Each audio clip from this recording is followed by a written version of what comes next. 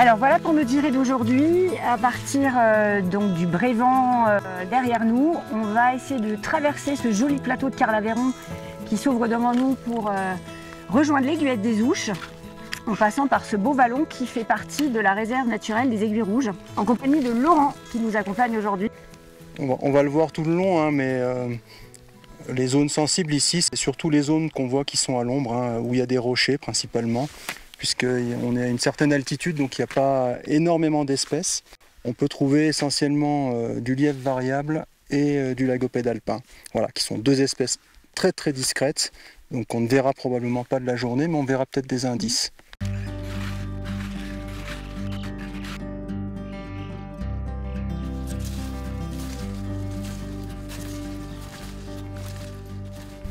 Quand on a la chance de voir un animal, déjà, bon, voilà, ce qu'on a fait là, on reste calme. Et puis après, on va attendre, voir un petit peu ce qu'il va faire.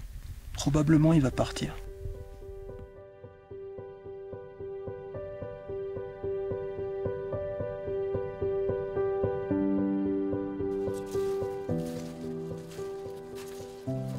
Là, on sort de la réserve naturelle de Carlaveyron.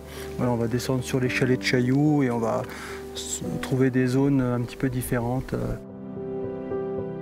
Dans ces zones qui sont particulièrement sensibles, en fait, le plus simple, c'est d'éviter au maximum les lisières quand on descend. C'est assez intéressant parce que c'est vrai que alors, effectivement, faire sa belle trace dans la poudreuse, c'est ce dont tout le monde rêve. En même temps, on se dit que c'est aussi sympa d'arriver dans un milieu vierge quand il n'a pas neigé pendant un certain temps. Donc spontanément, on pourrait avoir dans certains espaces aussi tendance à se dire je vais suivre un petit peu la ligne de forêt pour pas aller mettre des traces partout, que ça reste beau. Et en fait, non, c'est finalement pas le bon réflexe.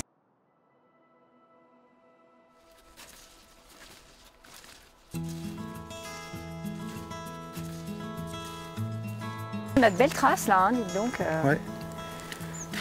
On a une belle trace probablement de cerf, hein. Il y en a même plusieurs qui sont passés. Ça doit être assez récent. Ce qui est bien en forêt, c'est de rester sur les itinéraires principaux.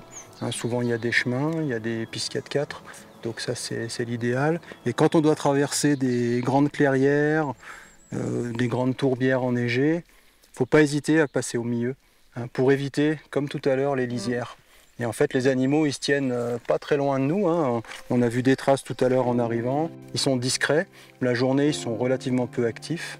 Mais voilà, on peut les laisser tranquilles.